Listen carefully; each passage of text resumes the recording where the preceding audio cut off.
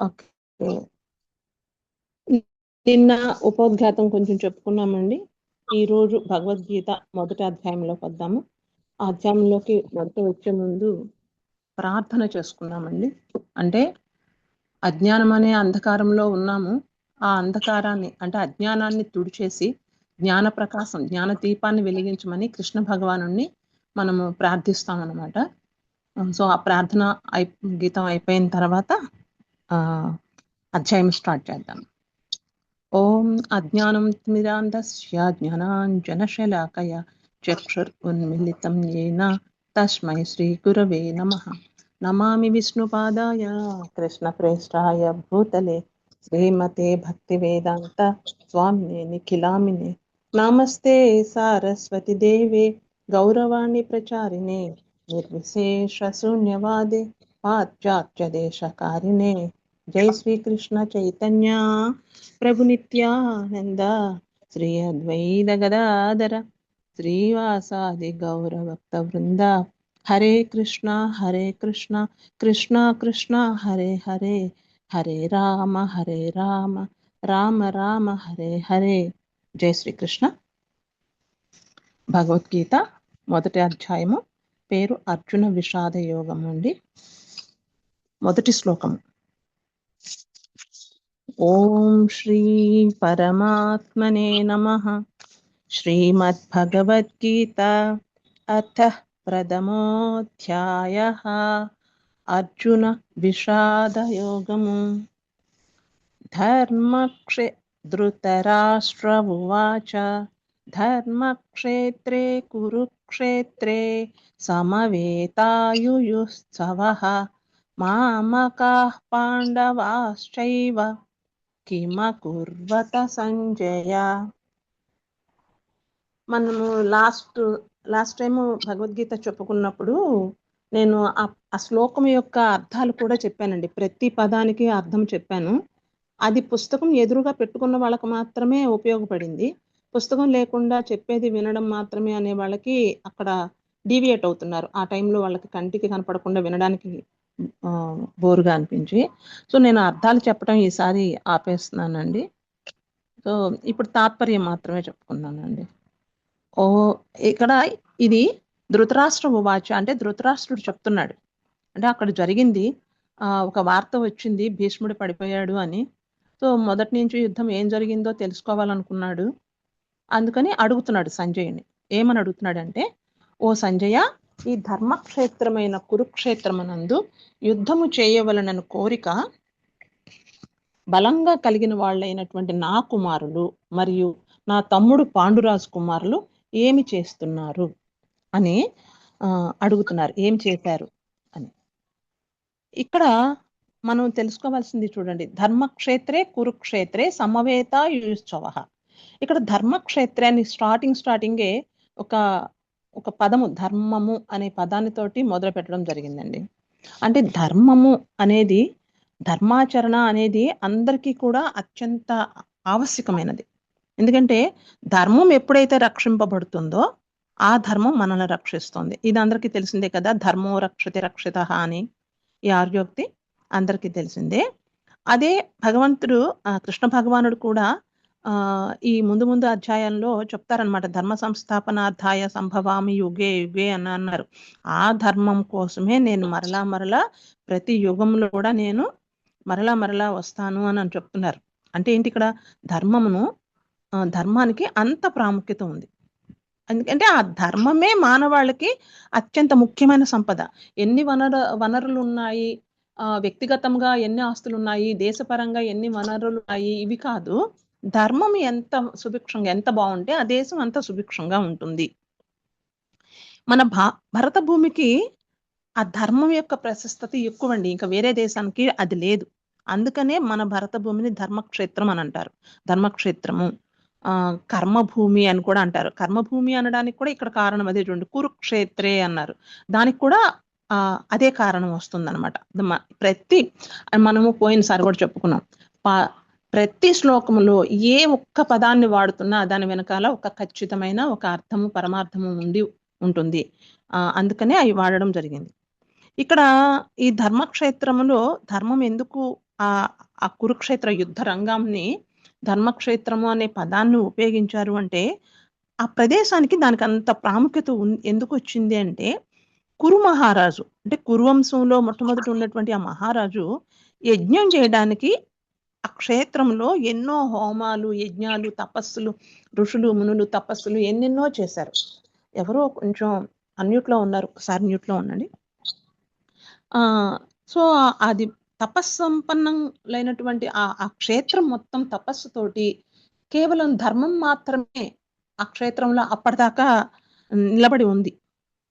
ఇంకొకటి కురుక్షేత్రం అని ఎందుకు వచ్చిందంటే కురుమహారాజు యజ్ఞాలయ చేయించింది ఆ ప్రదేశంలో కురుమహారాజు కదా, అందుకని కురుక్షేత్రము అని అంటారు. ఇంకా అక్కడ ఇంకొకటి ఏంటంటే ధర్మక్షేత్రే అనే పదాన్ని ఇది అడిగింది ఎవరు? ధృతరాష్ట్రుడు. ధర్మక్షేత్రమైన కురుక్షేత్రమైనటువంటి ఆ ప్రాంతంలో నా వాళ్ళు పాండురాజు కుమారులు ఏం చేస్తున్నారు అని అడిగారు. చూడండి నిన్ననే అనుకున్నాము విషాద యోగము అంటే మొట్టమొదట మొదలైంది ఈ శ్లోకంతో. ఇంకా అర్జునుడి విషాదం మొదలవల, ముందు మొదలవుతుంది. ఇక్కడ మొట్టమొదటి శ్లోకంలోనే ధృతరాష్ట్రుడి యొక్క విషాదం, ఏడుపు, ఆ అసూయతోటి కూడినటువంటి ఆ భావనతోటి ఉన్నటువంటి ఇది వచ్చేసింది ఇక్కడ.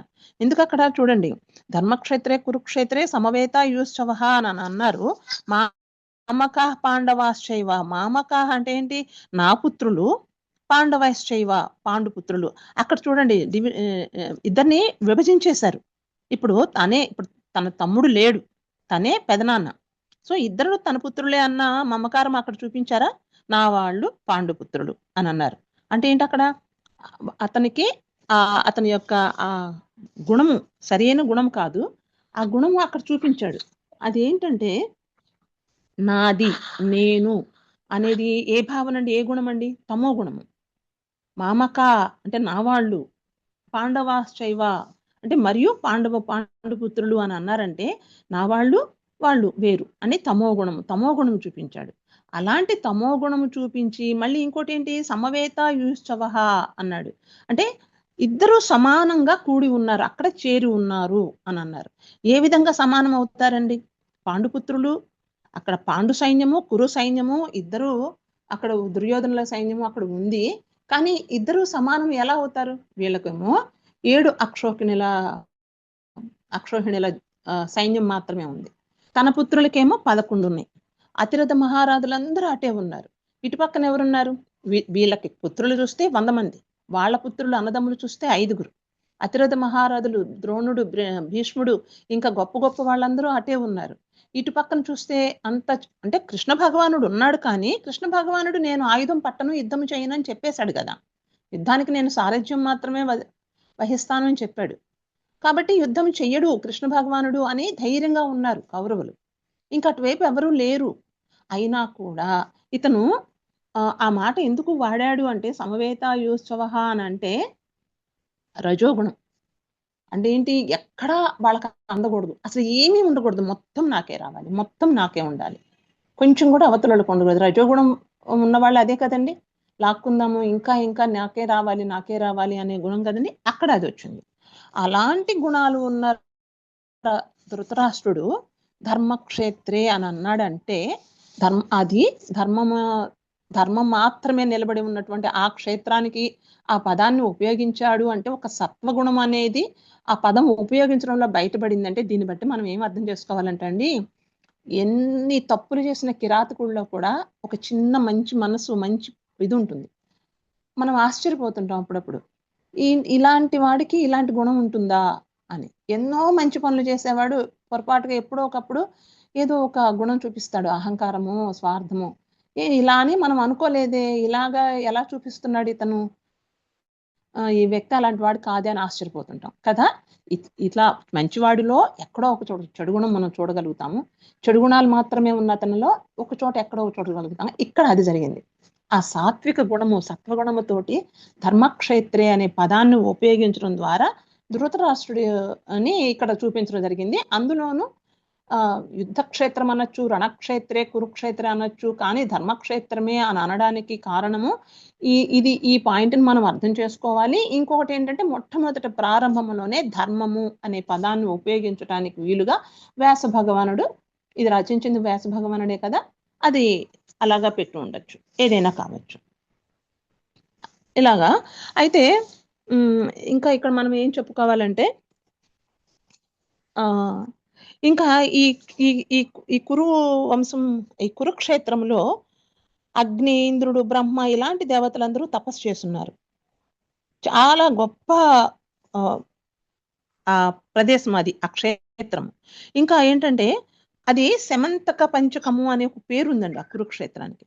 ఎందుకు ఉందంటే క్షత్రియ కులాన్ని నాశనం చేయడానికి పరశురాముడు చాలా మంది రాజులని అందరినీ, క్షత్రియుల్ని తనకి తండ్రికి తర్పణం చేశాడు కదండి, అది వాళ్ళ రక్తంతో అక్కడ తర్పణం చేశాడంటండి పరశురాముడు.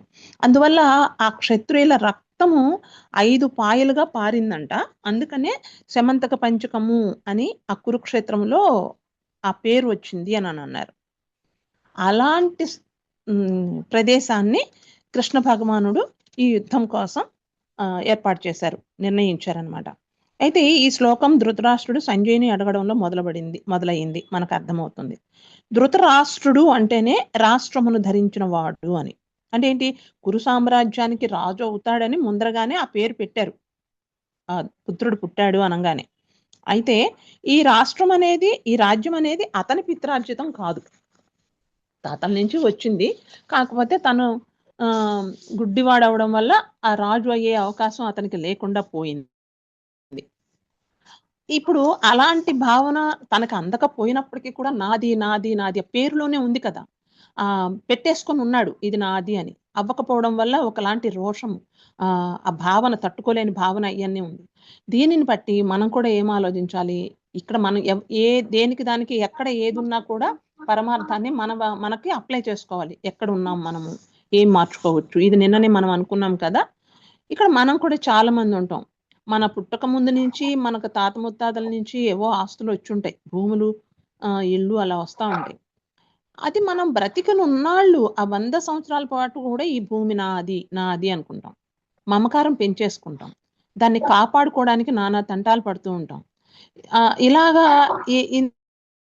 ఇలాగా ధృతరాష్ట్రుడిలాగానే మనకి కూడా జరుగుతుంది అనేది గమనించుకోవాలి ఇక్కడ. ఎందుకంటే అజ్ఞాన అంధకారము అని మన ధృతరాష్ట్రుడి గురించి చెప్పుకున్నాము, మనం కూడా అజ్ఞానంతో ఉన్నాము. ఇక్కడ ఇది తెలుసుకోవడం ద్వారా ఏంటి, మనల్ని మనం చెక్ చేసుకోవాలి, ఎక్కడ అజ్ఞానంతో ఉన్నాము, ఏది మనకి శాశ్వతమైనది. మనము ఉండాలి, తామరాకు మీద నీటి బొట్టులాగా ఉండాలి, కానీ అటాచ్మెంట్ పెట్టుకోకూడదు దేని మీదైనా. ఇది ఇక్కడ మనము ఆత్మపరంగా, ఆత్మజ్ఞాన పరంగా మనం తెలుసుకోవాల్సిన విషయం ఇది ఒకటి. ఇంకపోతే ఇక్కడ సంజయుడిని కదా అడిగింది ధృతరాష్ట్రుడు. సంజయుడేమో ధృతరాష్ట్రునికి సారథి, ఆయన రథసారథి, తనకు సలహాలు ఇచ్చేవాడు. ఇంకా సంజయ అంటే సమ్యక్ ప్లస్ జయతి అనండి అతని పేరు అర్థము. అంటే ఏంటి, సమ్యక్ అంటే ఏంటంటే ఇంద్రియాలను, మనసును, జయతి అంటే జయించినవాడు. ఇంద్రియాలను మనసును జయించిన వాడు జ్ఞానే కదండి. సంజయుడు ఆ స్థాయిలో ఉన్నాడనమాట. ఇంకా పాండుపుత్రులు, కౌరవపుత్రులు, నీ పుత్రులు అంటే ధృతరాష్ట్రుని పుత్రులు, పాండుపుత్రులు అనేటువంటి భేదభావం అతనికి ఉండదు. సమత్వ భావం కలిగి ఉండేది ఒక జ్ఞానే కదా, ఉన్నది ఉన్నట్టు చెప్పగలిగినటువంటి ధైర్యశాలి. చివరి అధ్యాయాల్లో చూడండి, ధృతరాష్ట్రుడికి సలహాలు కూడా ఇస్తాడు. తన సారథిగా ఉన్నప్పటికీ కూడా, కొంచెం మ్యూట్ లో ఉండండి ప్లీజ్, ఉన్నప్పటికీ కూడా వంట చేసుకుంటూ వింటున్నట్టున్నారు క్లాస్. ఓకే, సో అంతటి ధైర్యశాలి. అయితే వ్యాసుని అనుగ్రహము పొందారు కాబట్టే అతనికి శ్రీకృష్ణుడు ముఖత చెప్పినటువంటి ఆ గీతను వినేటువంటి మహద్భాగ్యం కలిగింది. ఇంకా ఆయన యొక్క విశ్వరూపం చూసేటువంటి మహద్భాగ్యం కలిగింది. ఇంకా ధర్మక్షేత్రం గురించి చెప్పుకున్నాము, సంజయుడు సారథిగా ఉన్న అతని యొక్క గొప్పతనం చెప్పుకున్నాము, ధృతరాష్ట్రుడి యొక్క భావన చెప్పుకున్నాము. కురుక్షేత్రం అనేది ఎలాగా, కురుక్షేత్రం అంటే ఏంటండి, కురుక్షేత్రం అంటే కురురాజుల యొక్క ఆధీనంలో ఉన్నటువంటి ఆ కురుభూమి. దీనికి ఇంకొక రకంగా చూస్తుంటే కురు అంటే చేయడం. ఏం చేయడం అండి? కర్మలు చేయడం. కర్మలు చేయడం అనమాట. కురుక్షేత్రము.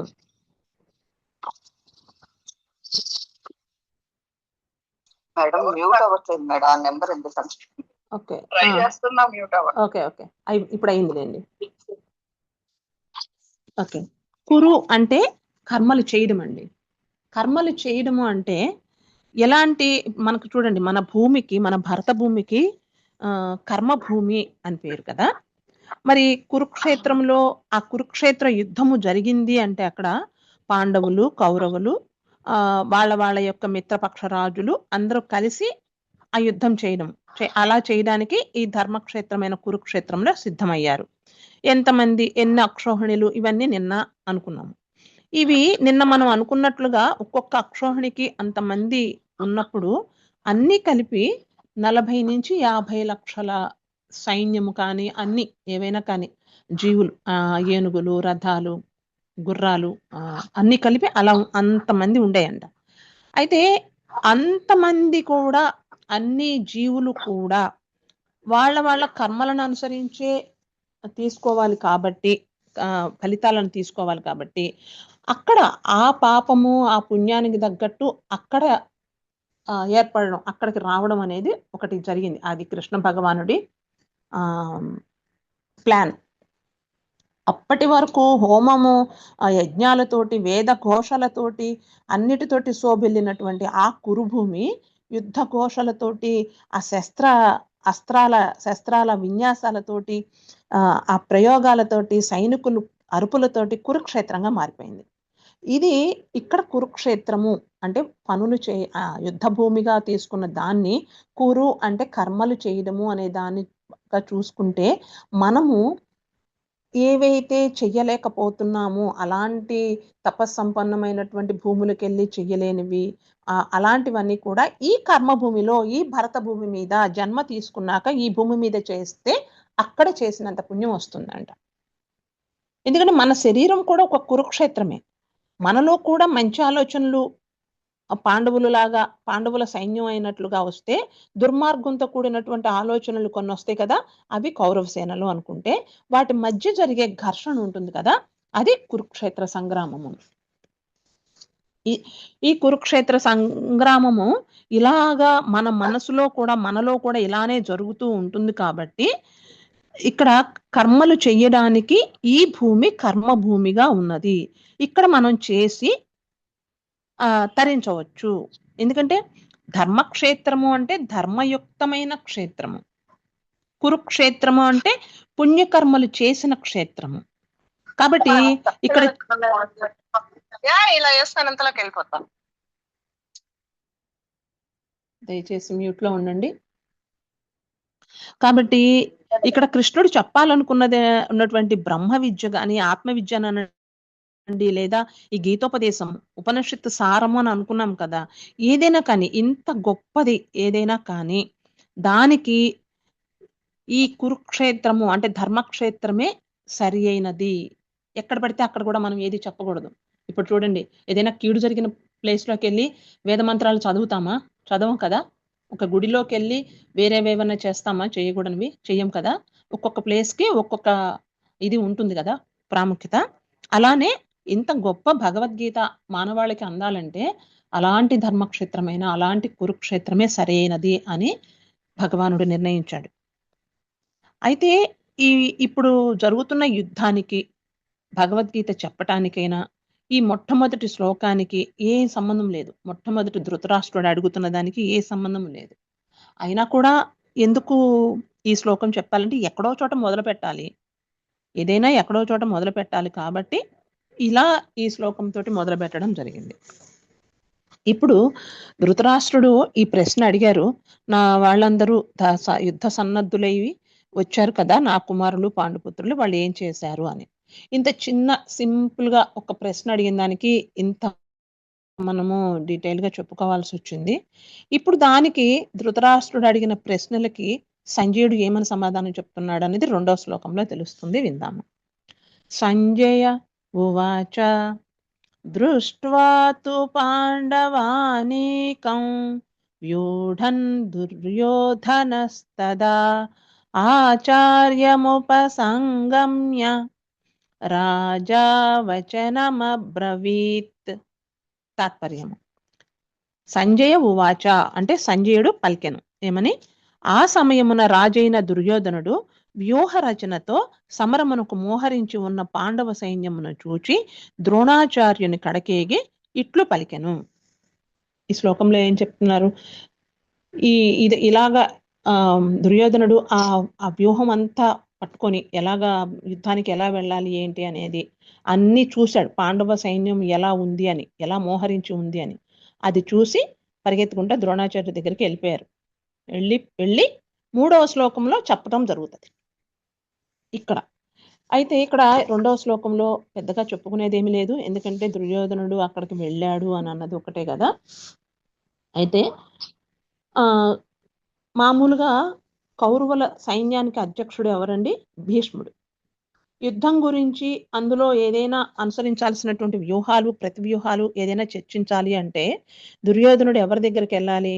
సైన్యాధ్యక్షుడు కాబట్టి భీష్ముడి దగ్గరికే వెళ్ళాలి. కానీ ఆయన ద్రోణాచార్యుల దగ్గరికి ఎందుకు వెళ్ళాడు అంటే దాని వెనుక కూడా ఒక అర్థం ఉంది. ఎందుకంటే భీష్ముడి మీద నమ్మకం లేక కాదు. భీష్ముడికి ముందే చెప్పేశాడు. భీష్ముడు ఏమని అన్నాడు? పాండవులు కూడా నా మనవులే కాబట్టి నేను వాళ్ళని చంపను, యుద్ధమైతే చేస్తాను కానీ వాళ్ళని చంపనని చెప్పేశాడు. సో ఇంకా దాన్ని మార్చే అవకాశం లేదు. ఇప్పుడు భీష్ముని కంటే కూడా ఈ ద్రోణుడు పరాక్రమంతుడా అంటే అలా కాదు, కానీ ద్రోణాచార్యుడు కూడా తక్కువడు కాదు. కాకపోతే పాండవులను నేను చంపను అన్న నియమం లేదు. అందరూ శిష్యులే. కౌరవులు ఎలా శిష్యులో పాండవులు కూడా ద్రోణాచార్యుడికి శిష్యులే. ఎవరి మీద ఎక్కువ ప్రేమ లేదు, ఎవరి మీద తక్కువ ప్రేమ లేదు. కాకపోతే అర్జునుడు అంటే మాత్రం ప్రత్యేకమైనటువంటి అభిమానం ఉంది. అందువల్ల ఈ ద్రోణాచార్యుడు పాండవుల మీదకి రెచ్చగొడదామని వెళ్ళాడండి. వెళ్ళి ఉండొచ్చు, అదొక కారణం. చాలా కారణాలు ఉన్నాయి. ద్రోణాచార్యుడిని మాత్రమే ఎన్నుకొని మొట్టమొదట ఎందుకు వెళ్ళాడు అంటే 2-3 కారణాలు ఉన్నాయి. అందులో ద్రోణాచార్యుడిని రెచ్చగొట్టడం అనే ఒక బుద్ధి ఉంటుంది. ఎందుకంటే దుర్యోధనుడిది ఎప్పుడు కుటిల బుద్ధి కదండి, ఎప్పుడు కూడా సక్రమంగా ఆలోచించడు కదా, వక్రంగానే ఉంటాయి కదా. వాయిస్ బ్రేక్ అవుతుంది మేడం. అవునా? నాకు అనిపిస్తుంది, మరి అందరికీ అలా ఉందో లేదో తెలియదు. అందరికి అట్లానే బ్రేక్ ఇప్పుడే మేడం, ఇప్పుడే బ్రేక్ అయింది. ఓకే, ఇప్పుడు బానే ఉందా అండి? ఇప్పుడు కూడా అవుతుంది మేడం, ఇప్పుడు కూడా అవుతుంది. ఏమైందా? అవునండి. అవునా? ఒకసారి చెప్పండి మేడం, బ్రేక్ అవుతుందో లేదో చూడొచ్చు. ఒకసారి చెప్పండి. ఇప్పుడు ఎలా ఉందండి? అంటే లెసన్ స్టార్ట్ చేయమంటారు? ఓకే. అయితే ద్రోణాచార్యుడికి అతని దగ్గరికే వెళ్ళడానికి, భీష్ముడి దగ్గరికి వెళ్లకుండా ద్రోణాచార్యుడి దగ్గరికి వెళ్ళడానికి అతనికి ఏదో లోపల ఒక బుద్ధి, వక్ర బుద్ధి ఒకటి వచ్చి ఉంటుంది.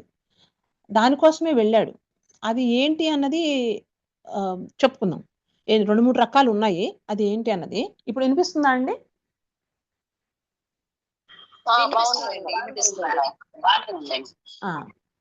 ఎందుకు వెళ్ళాడంటే తన అస్త్ర విద్యలన్నీ నేర్పించింది ద్రోణాచార్యుడే కదండి.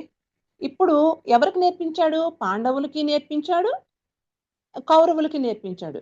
కానీ నువ్వు పాండవులకి నేర్పించావు, వాళ్ళు వచ్చి ఇప్పుడు నీ ముందు యుద్ధానికి నుంచున్నారు అంటే నువ్వు చేసావు తప్పు అని ఎత్తి చూపించినట్లు ఉంటుంది.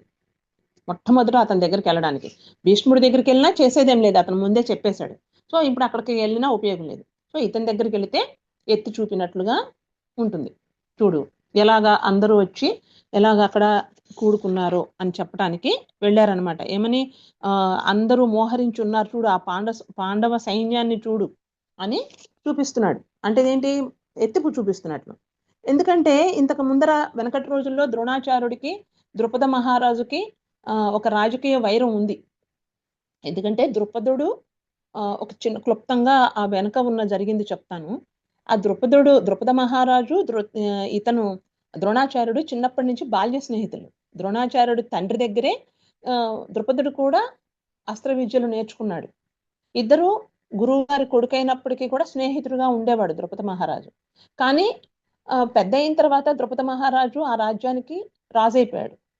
ఒక రకంగా ద్రుపద మహారాజు తండ్రి, ద్రోణాచార్యుడు తండ్రి కూడా మంచి స్నేహితులు. సో వీళ్ళిద్దరు కూడా అలానే స్నేహంగా ఉండేవాళ్ళు.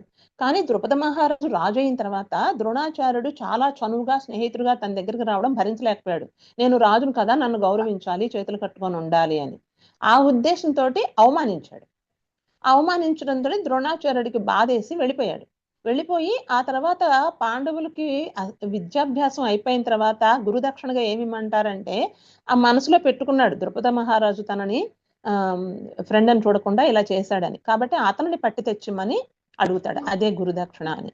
సో అర్జునుడు వెళ్ళాడు, యుద్ధం చేశాడు, అతన్ని తీసుకొచ్చి పట్టిస్తారు. అదే అవమానంగా తీసుకున్నాడు ద్రుపద మహారాజు. అతని రాజ్యంలో అర్ధరాజ్యం కూడా ధృతరాష్ట్రుడు తీసేసుకుంటాడు, ద్రోణాచార్యుడు తీసేసుకుంటాడు. సో అప్పుడు ఆ వైరంతో ఈ ద్రుపద మహారాజు కోపం, ఆగ్రహం వచ్చేసి ఒక యజ్ఞం చేసి ఈ ద్రోణాచార్యుడు మహా గొప్ప వీరుడు కాబట్టి అతన్ని చంపగలిగినటువంటి పుత్రుడు కలగాలి అని వరం పొందాడు. ఆ వర ఫలితంగానే దృష్టద్యుమ్నుడు పుట్టాడు అనమాట. తాను పుట్టిన కారణం ఏంటి? ద్రోణాచార్యుడిని చంపడానికి. ఆ విషయం ద్రోణాచార్యుడికి తెలుసు, దృష్టద్యుమ్నుడు వచ్చిందే నన్ను చంపటానికి అని. అయినా కూడా ఆ జన్మ రహస్యం తెలిసి కూడా తన వద్దకు విద్యలు నేర్చుకోవాలని వచ్చినటువంటి ఆ దృష్టద్యుమ్నుడికి పెద్ద మనసుతోటి అన్ని తనకు తెలిసిన విద్యలనన్నీ చక్కగా సంకోచించకుండా నేర్పిస్తాడు. ఇప్పుడు పాండవ వాళ్ళ పక్షంలో ఆ దృష్టద్యుమ్నుడు సర్వ సైన్యాధికారిగా అక్కడ ఉన్నాడు అని అంటే నిన్ను చంపడానికే అక్కడ ఉన్నాడు. అది కూడా ఒక కారణం. నువ్వే కదా నేర్పింది, నువ్వు నేర్పిన విద్య నీరజాక్ష అన్నట్లు నీ దగ్గర విద్య నేర్చుకొని నీ మీదకి యుద్ధానికి వాళ్ళు రెడీగా ఉన్నారు చూడు పాండుపుత్రుని అని ఇంకొక విధంగా కూడా చెప్పినట్లు. ఇంకొకటి కూడా ఏంటంటే, నీకు మేమెంతో వాళ్ళు అంతే, ఇంకా అంతకు మించి ఏం లేదు. మా తాతయ్య భీష్ముడు అంటే ఇద్దరు మనములు కాబట్టి పక్షపాతం లేకుండా నేను ఇలానే ఉంటాను అని అన్నారు. కానీ నువ్వు కనుక అర్జునుడి మీద ప్రేమతోటి నువ్వు యుద్ధం చేయడంలో ఏదైనా తేడా చూపిస్తే నువ్వు ఎలాంటి వాడివి అవుతావంటే, మామూలుగా బ్రాహ్మణుడికి పప్పు భోజనం మీద ఆశ అంటారు కదా, సో నా రాజ్యభవనంలో విలాస భవనంలో ఆ భోజనానికి ఆశపడిన బ్రాహ్మణుడు లెక్క అవుతావు నువ్వు. ఇక్కడ కనుక నువ్వు పక్షపాతం చూపిస్తే, ఇవన్నీ మనసులో పెట్టుకొని మొట్టమొదట ద్రోణాచార్యుడి దగ్గరికి వచ్చి అతన్ని సరిచేయడం కోసం మాట్లాడడం జరిగింది. ఇక్కడ ఇది జరిగింది. కాబట్టి ఈ తనను చంపటానికే దృష్టద్యుమ్నుడిని వచ్చాడని తెలిసి కూడా ద్రోణుడు చంపుతాడా, లేకపోతే తన స్నేహితుడు కొడుకు కాబట్టి యుద్ధ విద్యలు నేర్పించినట్లే ఇప్పుడు కూడా పెద్ద మనిషితోటి చంపకుండా ఉంటాడా, ఏదో ఒకటి తేల్చుకోవాలి అని ద్రోణాచార్యుడి దగ్గరికి వెళ్ళి నేరుగా చెప్పడం జరిగింది. ఇది 2వ శ్లోకంలో అది. కాకపోతే ఇక్కడ సంజయుడు ఏమని పలికాడంటే, రాజా ఆచార్యం ఉపసంగమ్య రాజా వచనం అబ్రవీత్ అని అన్నారు. రాజా అంటే ఎవరిని ఉద్దేశించి చెప్పాడు? రాజైన దుర్యోధనుడు అని చెప్పాడు. మరి ఇంకా రాజుగా ఎందుకు అక్కడ యుద్ధం జరుగుతోంది, కానీ ఎందుకు అన్నాడంటే, దుర్యోధనుడు కూడా గొప్ప వీరుడు, రాజనీతిజ్ఞుడు, చక్కగా అన్ని ఈ పరిపాలన సంబంధమైన కార్యక్రమాలన్నీ అతనే నిర్వర్తిస్తున్నాడు కాబట్టి రాజా అని అక్కడ సంబోధించాడు. ఇంకొకటి సంజయుడి యొక్క సత్ప్రవర్తన, అతను సత్పురుషుడు కాబట్టి ఎదుటి వాళ్ళని గౌరవించాలి కాబట్టి రాజా అని పిలవడం జరిగింది. కాబట్టి భీష్మ పితామహుడు దగ్గరకు వెళ్లకుండా ద్రోణాచార్యుడి దగ్గరకు వెళ్ళడానికి కారణం ఇది అని వెళ్ళాడు అని సంజయుడు చెప్పాడు. వెళ్ళిన తర్వాత అక్కడ ఏం జరిగింది అన్నది 3వ శ్లోకంలో చెప్తున్నాడు.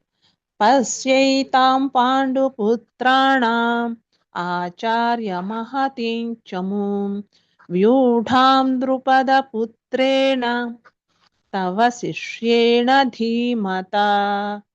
తాత్పర్యము: ఓ ఆచార్య, బుద్ధిమంతుడైన మీ శిష్యుడును ద్రుపద పుత్రుడును అయిన దృష్టద్యుమ్నుతే వ్యూహాత్మకముగా నిలపబడిన పాండవుల ఈ మహా సైన్యమును చూడుడు అని అన్నాడు. చూడండి, పశ్చేతాం పాండు పుత్రాణం ఆచార్య మహతీం చమాం. ఆచార్య అంటే ఓ గురువారా, ఓ ఆచార్య అని అన్నారు. ఇక్కడ గురువు గారు అనని చక్కగా ముందర సంబోధన మంచిగా చెప్పారు. చెప్పి ఆ తర్వాత చిన్నగా చెప్తున్నారు. ఎందుకంటే ఆ ఎదురుగా దృష్టద్యుమ్నుడు కనిపించారు కాబట్టి ముందు నమస్కార పూర్వకంగా గురువు గారు అని పలకరించి అక్కడ అదిగో అతను తమరి శిష్యుడే ఎదురుగా ఉన్నారు, మీరే విలువిద్యలన్నీ నేర్పించారు అని మొట్టమొదట పొగిడినట్టు పొగుడుతూ ఆ వెనక వ్యంగ్యంగా అనడం జరిగింది.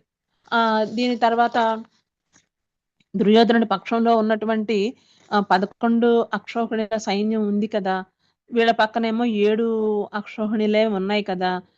కానీ ఎలాంటి వాడు దుర్యోధనుడు? మరి తనకు అసలు భయం అక్కర్లా, దుర్యోధనుడి దగ్గరికి పరిగెత్తాల్సిన అవసరం కూడా లేదు. కానీ ఆ భయంతో ఎలాంటి భయమో ఏమవుతుందో అనే భయంతో ఇప్పుడు నువ్వు వెళ్ళావు, నీ ఎదురుగా నిలబడి ఉన్నాడు, అతనే నిన్ను చంపడానికి రెడీగా వరం తీసుకొని మరి ఉన్నాడు అని చెప్పాడు అని అంటే చూడండి, మాట మీద ఎరుక తప్పింది. మాట ఎలా ఉండాలి? మనకేంటి, నాకు ఎక్కువ సైన్యం ఉంది అని గర్వం ఉంది కదా, అహంకారం ఉంది కదా. కానీ అక్కడ ఆ పాండు సైన్యాల యొక్క ఆ వ్యూహ రచన చూడగానే ఒక చిన్న భయం అనేది లోపల వచ్చింది. ఆ భయంతో మొట్టమొదట ఆ నెగిటివ్ అనేది వేసేసాడు. చూడు, నీ ఎదురుగా నిన్ను చంపడానికి ఉన్నాడు అనేది వేసేసాడు.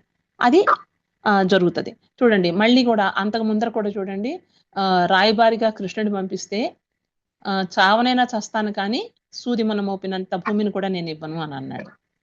అంతే అయింది కదండి. ఇవ్వలేదు, చనిపోయాడు. మాట మీద ఎరుక అనేది ఈ వీటిల్లో నుంచే మనం తెలుసు. ఇలాంటివి ఇంకా చాలా చాలా వస్తాయి వీటిల్లో. కాబట్టి ఇక్కడ దుర్యోధనుడి పక్షాన అధర్మం ఉంది కాబట్టి అతనికి తెలియకుండానే లోపల ఒక చిన్న వాళ్ళకి తెలుస్తుంది తన లోపల ఎలా ఉన్నాను అని. బయటకు ఎంతో మంచివాడిగా ఏవేవో చెప్పచ్చు, కానీ తన లోపల ఎలాంటి భావాలు ఉన్నాయి అనేది ప్రతి ఒక్కళ్ళకి తెలుస్తుంది కదా. ఆ భావనతోనే తను భయంతో వెళ్ళి అలాంటి పదాలను ఉపయోగించి ద్రోణాచార్యుడితోటి ఆ మాట చెప్పాడు. అందువల్ల ఎందుకని దుర్యోధనుడికి అభద్రతా భావం ఉంది. తనకంటే చిన్నదైన పాండవుల సైన్యం కూడా పెద్ద భూతంలాగా కనపడుతూ ఉంది. అందుకనే మహతీం చమూం అని అన్నారు. అంటే గొప్పదైన పాండవుల సైన్యం ఎలా గొప్పదవుతుంది? అయినా అవ్వదు. కానీ అభద్రతా భావంతో, ఆ అభద్రతా భావంతోనే మన మామూలు జీవితంలో కూడా చూడండి, అవి ఎక్కడ పోతాయోనని పెద్ద పెద్ద వాళ్ళు సెక్యూరిటీ గార్డులు కూడా పెట్టుకుని ఉంటారు. ప్రతి చిన్న విషయానికి భయపడిపోతూ ఉంటారు. అసలు ఏమీ లేనివాడు చూడండి, నిర్భయంగా హాయిగా కులాసాగా ఒంటరిగా తిరగలుగుతుంటాడు. అంటే ఏంటిది, ఇరుక్కుంటే ఏదో కావాలి అని కోరికలతోటి ఇరుక్కుంటే ఇలానే ఉంటుంది. అందుకని ఎక్కువ సైన్యం ఉన్నప్పటికీ కూడా ఈ దుర్యోధనుడికి అభద్రతా భావం పోలేదు. ఇది 40 minutes అయిందండి. రేపు మిగతా శ్లోకాలు చెప్పుకుందాము.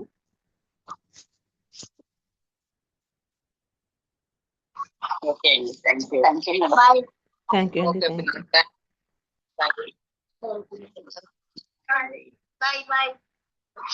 థ్యాంక్ యూ అండి.